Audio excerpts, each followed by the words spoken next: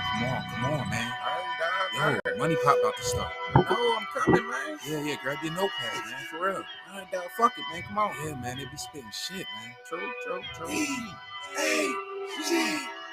Yeah. Nigga. MoneyPot, money talk. Gotta work on that transition. Talk facts. Bird gang. All they do is talk stats. 360 on the new view. Go run, tell that. 40-yard dash time. Moss Money Podcast time. S.Dot code. Headline. He makes so much. He makes so light and he breaks into the midfield. God. Touchdown. Money.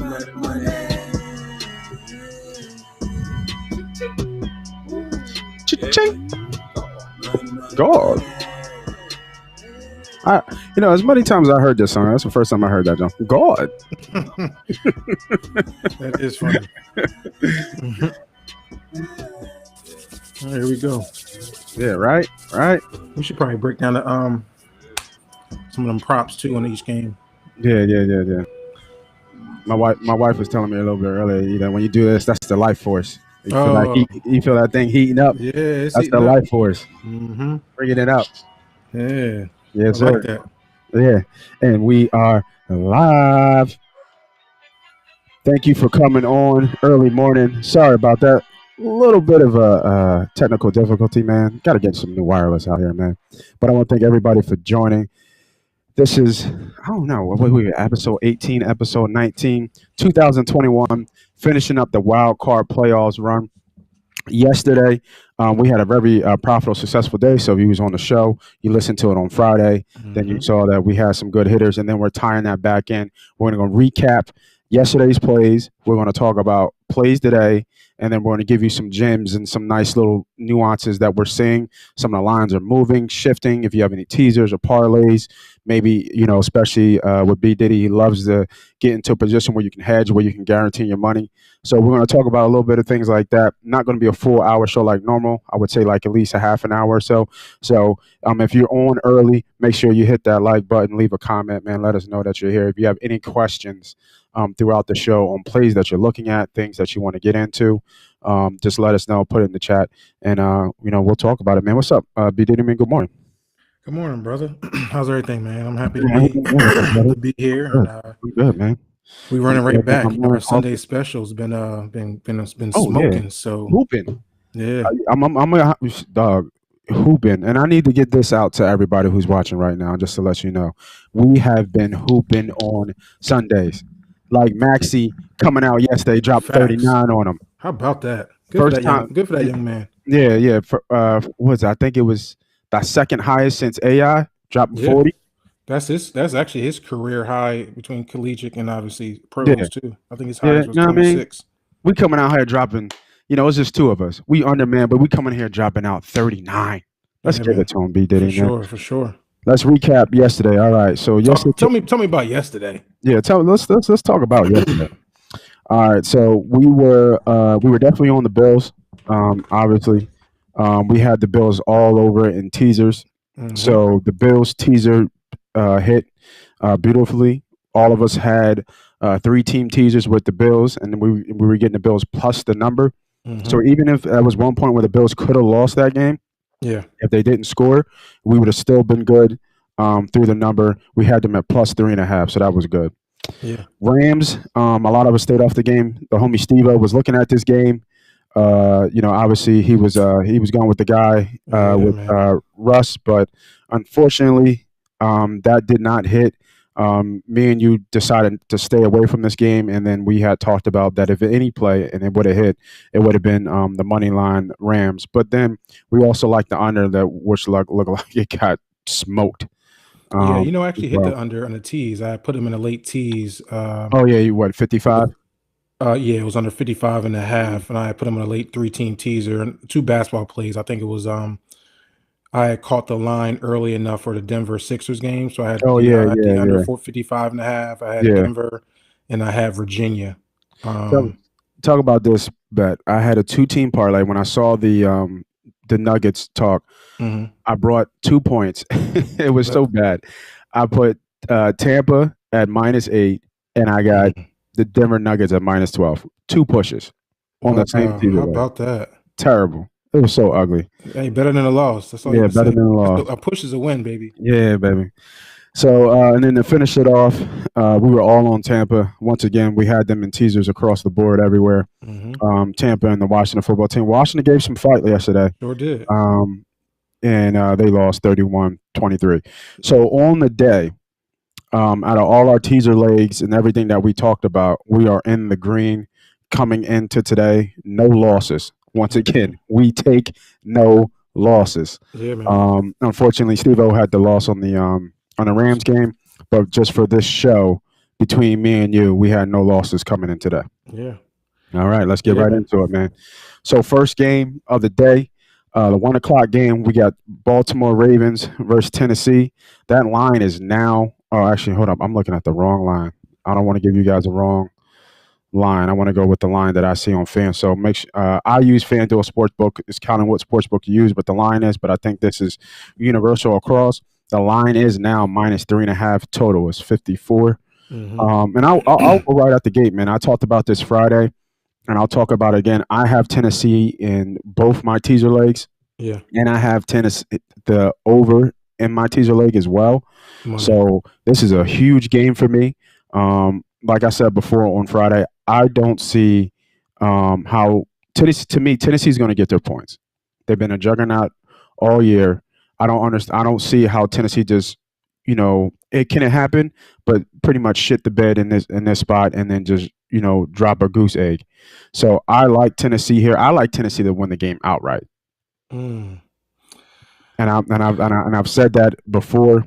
I think it's just one of those matchup things where they just got your number. Lamar, we're rehashed again. Lamar has a tough time coming back from double digit number, sure. And that I'm pretty sure Tennessee knows this. Obviously, if we all know it, Tennessee knows this, so they know the numbers favor them. If they can get up fast and they can get up in a big league, it's going to be hard for Baltimore to come back in this game. Like I said, I like Tennessee to win the game outright. If you want to put the straight bet in, protect your number, it's perfectly where it needs to be at 3.5. A lot of money starting to come in on the Ravens. I get it. But once again, if you look at the schedule that the Ravens went on that hot streak, and let me pull that up real quick. They beat Jacksonville, they beat New York, and they beat Cincy. And they beat Cleveland in a huge game. Yeah. Which was a big game. Which they were losing, right? Which they were losing. They were losing. Getting blown out. Yeah. No. Or were they winning in Cleveland? No. They were blowing them out, and Cleveland made a run. That's what it was. That's what it was. Yep. They were. Okay. So they were running on a 5-win streak. They beat Dallas. They beat Cleveland. They beat Jacksonville. They beat New York and beat Cincy. And out of those teams, you only got one playoff team. Like I said, I think it's an overrated rush. Even though they've been playing well, they're going against a really good team here. Who they've already lost to. Big revenge spot for them, which a lot of people are looking into. But I like Tennessee to win the game here. Yeah, man. This is a side I'm not going to play as far as this side of the game and who's going to win. I do find this game to be a little bit closer because there's a lot of things in play here. I do agree with you, though. I feel as though Tennessee does have Baltimore's number. I think the matchups are really difficult for Baltimore. And like I've been saying on this podcast and outside this podcast, Lamar Jackson still has a lot of work to do, although he is our MVP. But as far as him being down and being able to throw the ball and stretch the field consistently, especially when he has to be, I think that's his biggest question mark.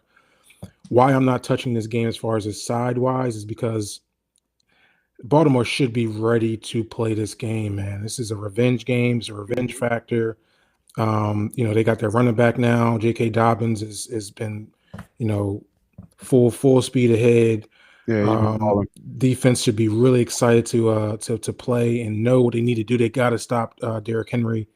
I don't see the game playing out like it played out last year in the playoffs with Ryan Tannehill kind of going off. I think this game bounces out a little bit more. So for me, the side, if I were to lean anywhere, I would lean the points to Tennessee at 3.5 because now you're getting that hook. Because I think it will be close. And but I'm not touching the side. What I did love is what you said on the Friday's podcast was looking at that over and teasing that over. So I do have a play in this game.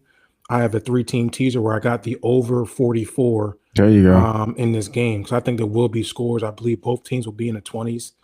And that should easily cover. And I put those with 2 other plays that we'll be discussing later on. But yeah. So, and let me bring up that play. So I have a couple of teasers still pending, and in all 3 of my teasers, I have the over here at 44. Yeah, so I would be really surprised if today they struggle to score. I would be very surprised. And even if they do struggle to score, to me, it's going to be like a 20-24. It might be a push. Yeah. You know what I mean? I get. I mean, shit. Didn't Seattle and them even hit that number yesterday? As bad as they were playing offensively. Yeah, exactly. With them bullshit ass touchdowns they got, interception returned, and all bunch of bullshit. And I got a prop play for y'all. Yeah, let's talk about the prop. Yeah, I got to talk about the props. I got a prop play on this one. I like, and we're going to talk about who you were talking about just now. I like J.K. Dobbins. J.K. Dobbins over to score. To score. I like J.K. Dobbins to score. What's the odds on that? Just a normal -110. Really? Yeah. No. Anytime score? That's an anytime score? That's an anytime score.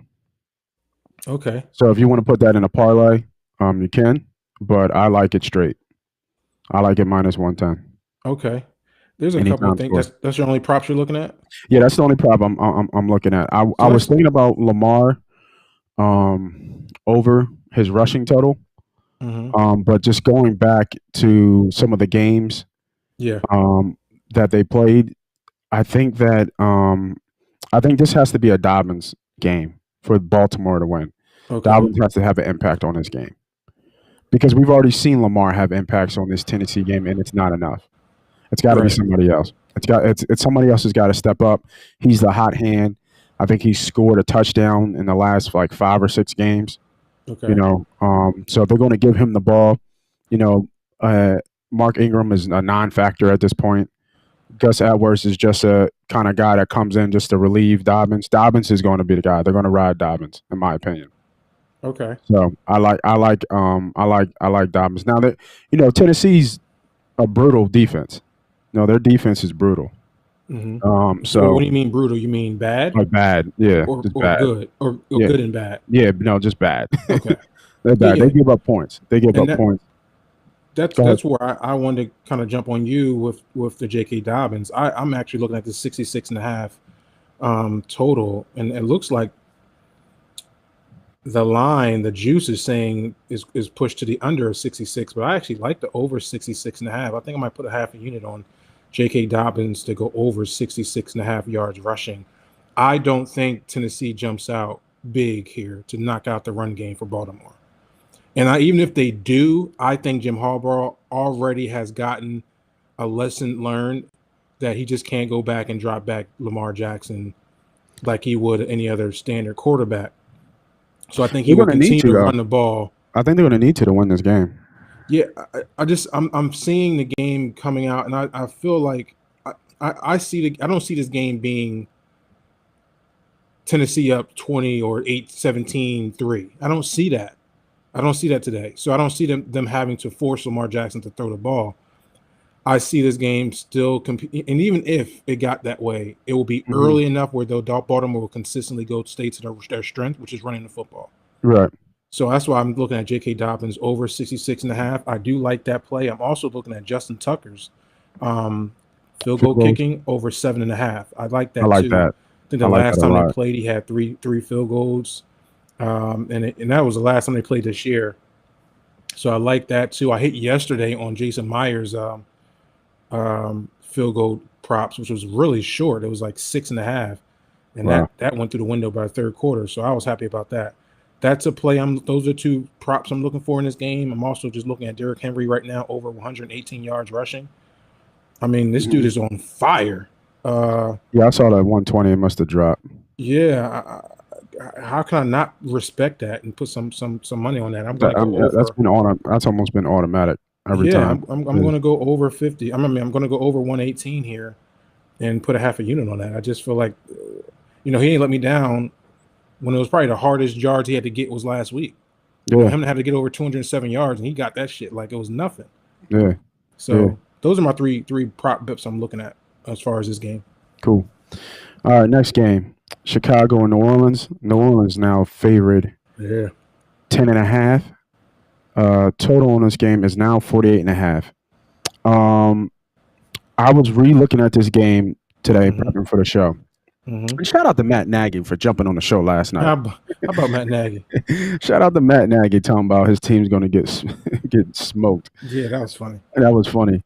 But obviously the line is telling. We have no faith in Mitch Trubisky. It's going to be a repeat of what we just saw against Green Bay with a premier passing attack against the Chicago Bears. And another thing too is that was a huge hit. Is it Roland Smith? Rolando Smith? Yeah. The linebacker for Chicago, the All-Pro. He's out. He's out, which is huge. Yeah, that's the best linebacker. You know what I mean? So, and this total has been ticking up. It was at 47 this morning. Look at it now. It's at 48.5. So it's been ticking up. I actually put this in a little parlay. I dropped the total to under 42.5. I'm playing, a lot of juice on that. Wait. So under 42? Yeah, I got it. I'm sorry, over 42 and a half. I was about to say, whoa. Yeah, over 42 and a half. I don't know about that one, Nate. Yeah, over 42 and a half. Okay. And I'll give out that parlay at the end of what I have. It's a 5-1 play. But the one prop bet I have on this game, I'm not touching this line. If anything, I would lean actually Bears with the points. It's just a lot of points, man, especially with playoff time. And true, and first half play may be good here too. Yeah, I wasn't. Saints usually pulls away. They don't really kind of, it's not too much time. They run out. I just got this funny feeling that Trubisky is gonna. He's not gonna. Trubisky showing up is like 2 touchdowns, 250 yards, and moving with his legs a little bit here. Well, Saints I don't know if that's real. going to be enough, but I feel like it's not going to be the same thing that we saw with Green Bay. Okay. Like they could. I think this game is going to be close up until maybe the fourth quarter. Yeah, that's what I'm saying. Usually Saints pull late. So first half play, if you like the Bears, you might want to jump in the first half play. You should get it at probably like 4.5, 5. That could be where we are. Yeah, I like the over when I saw it 47. I was just doing too many things. I couldn't get it in on that number. At the time, but I liked the over at 47. But now at 48.5. I think it's kind of starting to become out of reach because we need in that point once it's 48.5, you need Chicago to score, and you can't trust that right now. You're not going to be able to trust that all the way that Chicago's going to give you, because they're going to need at least 20 to 24 points. No, you're right. I agree. Because even if New Orleans throws 35 on them and just blows them out the water, you still need Chicago to give you 20 points. Okay. Even at the end of the day, you know what I mean? So when you guys see those lines, when those big lines, you have to start to go with the game flow. You got to understand, okay, how do these match up? Right. Like, how do these teams match up? How, and the fact that New Orleans is favored by 10. So then you ask yourself, how is Chicago going to score? Right? They've been running Dave Montgomery, but he's a little banged up. They're all banged up, but he's a little banged up. You're getting Kamara and Michael Thomas off COVID, which I've said on Friday. I haven't seen anybody who's come off COVID list perform extraordinarily well. Okay. But then you saw them without those guys, and they put up 50 points. So Drew Brees is going to find and, go with, the hot hand. The one prop I did like at this game, I'm not sure if I'm going to play, but I did like Emmanuel Sanders to score at plus 165. Okay. But I'm off this game. I don't have anything else on this game. I did really like the over, but the over has already been juiced up, so I'm off this game. Yeah, I mean, with that line creeping up, like I said, I'm actually looking at the first half here, kind of to your point. Obviously we got plays in. Another part of my tease that over tease is the Saints. So we got the Saints at even money. So the first half I see is Saints 6.5. It's 6.5. So I like the Bears there at 6.5. You're almost getting a touchdown. Yeah, and total is 26, over 26. And I'm seeing it at 24 here. Oh, wow. Yeah, so I'm looking at 6.5 points here on the plus side for Chicago because I think it will be a little closer by first half. And Saints will, open up that game probably later, probably in the third quarter. You'll see probably up 2 scores, and they'll move on from there. But I like the under here. I like that under 26. That's pretty high. It is high for the first half. Because think about that. Mine is 24, so I'm not getting 26 that. Look like 17-7 is, or 17. I guess 17-10. Yeah, it gotta be 17-10 will get you over. Yeah, 17. I'm trying to think. So what do we get? First drive, New Orleans. If New Orleans gets the ball, they go down and score. Right. If New Orleans gets the ball, they're scoring. I think in that first drive, right off the bat, and then they'll readjust, and then maybe get a field goal, maybe 17-3 first quarter. Then we get to the second quarter, New Orleans scores again. Maybe get another field goal out of Chicago. Then 14-6. Then New Orleans scores again. 21. Yeah, and there's your 21-6 right there. You know what I mean? Because sooner or later, Nagy's gonna have to start pushing it on fourth down because he's got to score touchdowns. He can't do field goals. I mean, it's the same thing that happened with Green Bay. You can't trade touchdowns for field goals, or it'll start pulling away. Yeah, and I think this is what the line's telling us is that Chicago is going to be able to get there. They just might not be. They're not a good red zone team, and they're not good on third down. So, I think this game is going to run a little bit closer early. Yeah, and I think they'll just get they'll probably get warned by more mistakes versus actually full gameplay. Like the line 10.5 is saying it's going to be a complete blowout. Really, that's what you're saying in a playoff game. I don't see it being a complete blowout. I feel as though it's going to be a late game, probably a 14-point game. They're going to cover the line. But I think it'll be much closer until the last quarter where Saints will go up 2 scores. I think that's kind of where it's going to be at. For me, and it's the way I'm looking at this game, I just feel like Chicago should be ready to play. Mitch has everything to play for here. He'll be able to scramble, do his thing. And that defense should be able to get a few stops within this game. I don't see the Saints scoring every time they get the ball. I mean, come on. Drew Brees can't stretch the field with his arm. So that's the difference between Aaron Rodgers and you're talking about Drew Brees. Yeah, Drew Brees is a dink and dunk. Yeah, dink and dunk and a precision guy. But as far as stretching the field, like Aaron Rodgers can get those big bombs and like those big 60-yard plays like they got on Chicago last week. You're not getting that. You're not going to get that from Drew Brees. Yeah. You're going to get more of those crossing routes, those little deep out routes, and those little, Kamara coming out the flats, screen plays. You'll get more of that, which is going to take one tick off the time, and 2, I think plays in Chicago's favor because they're pretty fast on the edges, and their DBs can actually play in front of them and not play behind them. Mm-hmm. So I see this game being a little closer early, and Mitch being able to, possibly move the ball a little bit, at least get a field goal and get field goal range. Saints defense is tough. So I see it being much closer in the first half as far as scoring wise. Chicago should be able to score at least a few points. So is that a play for you before we move on? I'm looking as a heavy lean. I'll look closer to game time. Any changes coming up, I'm looking at first half Chicago Bears 6.5. But mind you, I have the Saints in the game to win. So in your 3-team teaser. In my 3-team teaser. And I do also think the Saints will cover the 10.5. I won't make that play because it's too many points. I just think it will be later in the game where they will get that 2-score lead. Right. Yeah. Mainly because Mitch is going to play into a mistake or a fumble. It's going to kind of play in that route. That's how I see it going. Okay, cool. All right, last game of the night. We got Cleveland and Pittsburgh.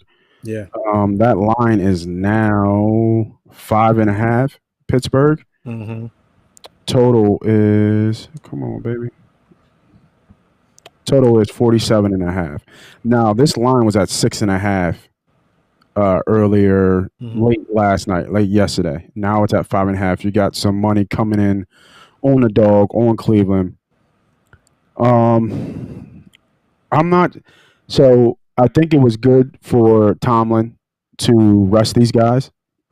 The last game, they needed it big time. So I think you're going to get a little bit of fresh legs here. They still can't run the ball. Yeah. You know what I mean? They still not going to be able to effectively run the ball. But the problem here where I would really actually lean Steelers here, and this is just straight up, well, not straight up, taking the number at the spread, is that Cleveland has had this whole COVID thing all week. And I think they just finally practiced yesterday for the first time all week. They have some players that are going to be out, some depth concerns, but they haven't got their. They've been doing their game plan more likely all virtual, which is a big disadvantage. You're going to have people in Heinz Field, right? They're letting fans in, so you'll get that kind of home crowd feel here. Steelers usually don't lose at home. Yeah. In the playoffs, add that. And then here's another caveat that I was reading earlier today when I was getting ready for this game. This could be Big Ben's last year. And a lot of these vets in the black and gold, black and yellow. So when you think about that, like the Haywards, I'm trying to think about some other vets on that defense who've been around for a couple years. Right. I think I forget some of the corners' names. And the Big Bens, this could be their last swing at this. So I don't see them going quietly. I see this being, unfortunately a statement game. And then let's not forget, Cleveland doesn't have their head coach and one of their coordinators. And that's really the biggest. So for me, that's really, it's two things that's really big in this game. And to kind of piggyback off you is just that most importantly, they're missing their head coach. And they're missing a couple, like you said, their coordinator. And they're also having practice all week. And Mr. Trubisky and Baker Mayfield hasn't thrown a ball, and like you said, since the last game he's played up until yesterday. And then most importantly, you just played this team last week that you put out your game plan to win. You had to do what you had to do to win that game, and you still almost lost that game. Let's not forget that. So it was close going into the fourth quarter. I think they needed a light minute rushing first down by Baker Mayfield just to get the first and nail the ball, to squeeze the clock out. So Pittsburgh's seen your best. So what are you going to bring a week later? They'll be prepared to see, for everything you got. I don't know why that line is trickling down. I don't know what happened this morning. I don't see Pittsburgh losing. I have Pittsburgh, finishing in that tease at +4, just to be on the safe side, which is perfect to get me over that 3. Yep. And at the same time, I got them in money line too. So I don't know about a straight play. I might actually hammer something here on a straight play. But what I don't like about Pittsburgh is, like you said, man, their run game is terrible, man. You can't have Ben dropping back 50 times a game. He ain't got that no more. And we've seen it over these past few weeks how bad they've been. So, Tomlin got to make some changes, man. Listen to this too, because I'm looking at the news. To even support your J.K. Dobbins prop bet. Ingram is inactive for the game. See, let me jump on this right now. He is inactive for the game. Let me do that. I really like that play. JK over 66.5. These last few weeks he's been going crazy. He had like 120 yards last week. Yeah, nothing with the Cleveland or. That's why I'm so surprised why that line has moved. It's almost a point. It's just kind of weird. So guys, when you see the lines move like this, so there's waves of bets that come in, and typically sharps and syndicate and big groups that put in major bets. When I say major bets, I'm talking about hundreds of thousands of dollars on one play, not like a quick grand or maybe even a couple grand. That's not going to move the line. What's going to move the line are big bets, and they're usually syndicate groups, which are a lot of professional bettors getting under an investment title and then submitting their bet. And like these bets don't go to the window, right? They go behind the scenes. Then nobody's going to bring $500,000 to the window and put a bet. So you have those bettors, and then you have your sharp bettors who are just individuals who are professional gamblers and professional bettors who bet, major money. We're talking about 25, 30 grand at a time. So then you have your public bettors, and your public bettors are people that we would probably be considered that, even though we might fall on the umbrella of sports consultants, but we're still part of the the public group where we go to the window and we put in our bets. So on game day, there's a wave of early bettors, which is usually your public bettors who've really watched the lines, and then your next wave is your sharp bettors and your professional bettors. And then after that is your syndicate bettors. But what we're seeing here is that the line has been constantly dropping, right? And usually there's some type of injury or something else that kind of came, or there's just value on the dog at that point. So we're trying to decipher why is this line dropping, because for the line to drop 1 point in a playoff game coming up right until kickoff, either there was something significant or it's just a lot of money coming on the dog, and that's what we're seeing. We're seeing a lot of money come on the dogs. Oh, what up, Sebastian, man? I thought you took the bag and run, man. It's facts. You get all this money off us, and you just ran to the sunset with all the money. Man. You need to send us a check. Right. So, but yeah, so I was saying though, I'm looking at this line now. I had a prop play. I had a prop play in this bet on this play, and I really like Deontay Johnson to score here. Okay. Anytime soon, he's plus 145. I really like Deontay Johnson score here because I don't think it's going to be Connor. I don't think it's going to be Snell. It's going to be through the air. So I really like Deontay Johnson to score here. And then I might pair that in a 2-team parlay with the Steelers. Yeah. I don't see Steelers losing. I'm trying to see what that bet is. Put that together. Yeah, I don't see how the Steelers are losing this game unless Chubb and Hunt have to go ape shit. Isn't Denzel Ward out too? Is Ward out? Is he out? I thought Denzel Ward was out. I mean, you're talking about their best corner if he is. I'm looking at it right now. Let's see. Yeah, Sebastian, big facts, man. Yeah, I'm glad but honestly, man, we can only do what we can do, y'all. And Sebastian is a perfect example who's been following us for a good amount of time, where he's really just listened to what we say, make his own chance, because you're betting at your own risk. This is your investment. But we talk, he's followed along with bankroll management, understanding that, and using his own knowledge, doing his own research, and then coming back to us, getting some plays and things that we see that he might not see, and then following along with our plays, saying, hey, this makes sense, right? Not only from just what I'm telling myself, but just the way we're breaking down the game flow, et cetera, et cetera. And tell him, Sebastian, man, you've been bagging out, man, and I'm happy that we've helped you do that. Go to Sebastian's question for. I like the Ravens. Hey, we gotta. What I was saying, yeah. Hey, look at Sebastian. Like 6 to 7 weeks. 7 weeks really helped me out this year, man. No doubt, man. 2 weeks. If y'all like that, man, if you just stick with us, man, we're waiting. We're hooping on Sunday. We always hoop on Sunday. Yeah, we be going to town on Friday, but on Sunday, yeah, we get them. We get them for sure. And Denzel Ward is out. So Denzel Ward, I love to see, man. Deontay Johnson. So right now, Deontay Johnson and the Steelers is 2-team parlay, same game parlay is 3-1. Yeah, which is not bad. But if I want to do, let me see, and we do this too, y'all. If y'all really like this, make sure you hit that like button. But we actually do live bets right here, and this is not bad. So Steelers to win, Deontay Johnson to score 2-1. Okay, which I kind of like. I think that's going to be a play for me today. I had a couple plays, but I think this actually might be a play today. I don't really see how Cleveland wins this game. I'm not sure. Look at these team total overs, bro. This is why I love that one tease. Like, I really, really think that's probably the lock of the week, is getting that total in that Baltimore, Tennessee over 44. Look at the team totals right now. Baltimore 29.5, Tennessee 24.5, bro.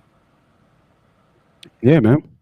See, but is Baltimore hanging 30 on them?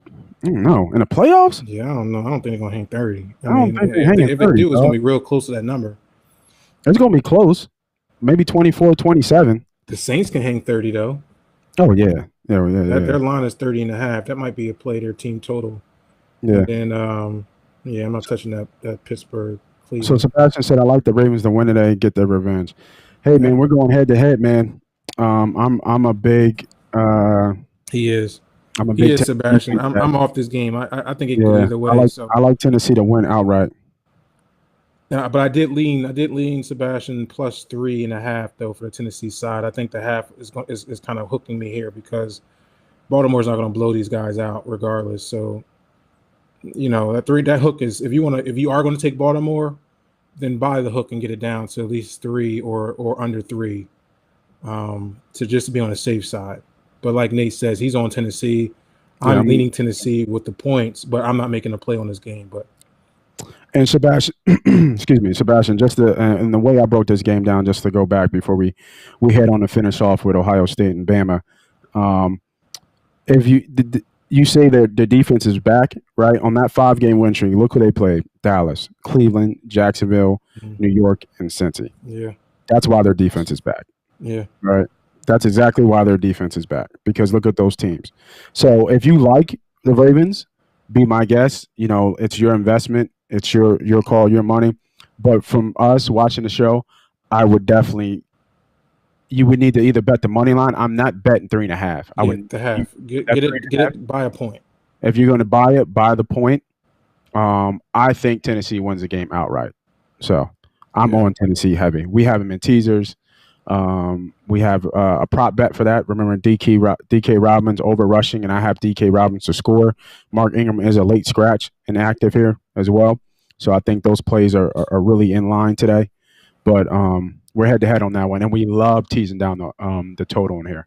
We did a 3-team teaser on Friday's show, and it's carrying over today where we have a 3-team teaser. I have actually a 3-team teaser with Tennessee plus 13, and then the total over 44. Yeah. And B.Diddy just gave out those team totals right now, so we love that play. Mm-hmm. That's a huge play there. All right, so the last game on the slate. So one thing that we do here, as you can see, we talk about teasers, how teasers kind of move through the day. And most people, when they bet on Sundays, if you had a regular season, there's somewhat of a closeout game on Monday night where all the books, all the casinos know that there's a game out there that's going to close your card out. So what we mean by that is that you pay like a 5-team teaser, and the last game on the docket is the Ohio State and Bama game. And that's going to be a lot of plays because the Bama line right now is minus 7.5. Yeah, I got it 8.5. It's 8.5 now. Oh, it did move up to 8.5? It did. Mm-hmm. Oh, okay. Let me see. Let me sure I got it on my book too. Yeah. So, but people who put that play in already from Saturday games are already on the better number at 7.5. So we were all on Roll Tide, right? Like we talked about before, if you know anything about poker, we got aces. We're throwing our money in. If we get runner, or we get rivered, then it is what it is. We got our money on the right side. But be careful. Not saying that Bama won't win, because it's going to be really hard for us to see how Bama doesn't win this game unless we see some kind of throwback Vince Young, Justin Fields thing where he just takes over the game completely, single-handedly does it himself. But if that does not happen, when you close out your parlays or your teasers and you either do money line might be a little bit high right now. It might be like minus 350, 340, but it's a sure enough win to close out your card. Looks like teaser. It looks like a teaser. And just like Sebastian put up, what do you got? He got the Ravens -3. Ravens +4, Saints -3, and Bama -1. This is exactly what we're saying. The card is closing out. With Bama. Right? So the books know that. And that's why they left the line there at -7.5. And now with more money coming in and it's getting closer to game time, they have to push that line up. They can't let that line sit there or they'll kind of tip off where the house thinks it's going to be. And remember, we're not betting against each other. That's the one thing about this that we try to do. We're not betting against each other. There's a lot of people who bet and they kind of like, oh, you don't know this and you don't know like that, or they try to be individualized. They don't want to tell this. And if you're superstitious, whatever the case may be, remember, it's group economics. It's us against the house. It's us against them. It's not us against you. Okay, so when we talk about betting and stuff like that, remember, we want you to win as much as we want to win. Okay, vice versa. And I hope that that same energy is coming out. But just like I was saying, going to the Ohio State game, we're following the same thing, Sebastian. We're just we're just gonna roll tide. You know what I mean? It is what it is at this point. But just for the conversation, we feel like this is a sure enough win to get Bama just to win the game. Just the way it's set up, the matchups. It's just we're not going to read too much into the lines. We're going to look at what we have on paper. We're going to look at our thoughts, cross analyze each other. but at the same time, it's just like, what are we talking about here, right? Yeah. I just gave you a full monologue for 10 minutes about really giving you kind of how the mindset and psychology is, just to understand you how we're thinking. But at the same time, like Nate, like Moss, tell us what's up. Is it Bama? Are they going to fucking win? And yes, roll Tide. Roll Tide. Definitely I got it early. I put this play in last week. I bought a point, so I got them at 6.5, man. So I had to get them under that 7. So although I think Bama's going to kind of handle their business, their offense is a juggernaut. And if you are going to put them in teases, I'm not, because I got a good amount of money on Alabama. I'm leaving this game as is and being a single play for me. I'm not going to marry it with anything else. I think there's enough stuff on the card today and yesterday that I was able to kind of like close things out. So I know you want to touch on some hedging and when you should hedge and how you should hedge, go ahead, take it. You should hedge. Real quick, for anybody who just jumped on, Sebastian put out, one of our followers put out a nice little play here, a nice little teaser play here that we kind of actually like live. The New Orleans -3, Ravens +4, and closing out with Bama is not a bad play. Yeah. We actually on our prop, excuse me, real quick, on our prop bets, we had DK Dobbins rushing over, DK Dobbins to score. I had Deontay Johnson from Pittsburgh to score. We had the over tease down in the Tennessee Ravens game. That's a money play. And then I went with I'm going to look at this 2-team teaser for Deontay Johnson to score and Steelers just to win the game. That's a 2-to-1 play. So for any of you guys in right late, make sure you guys write those plays down and take a look at that. Remember, this is just, bet at your own risk. We do this for our own entertainment.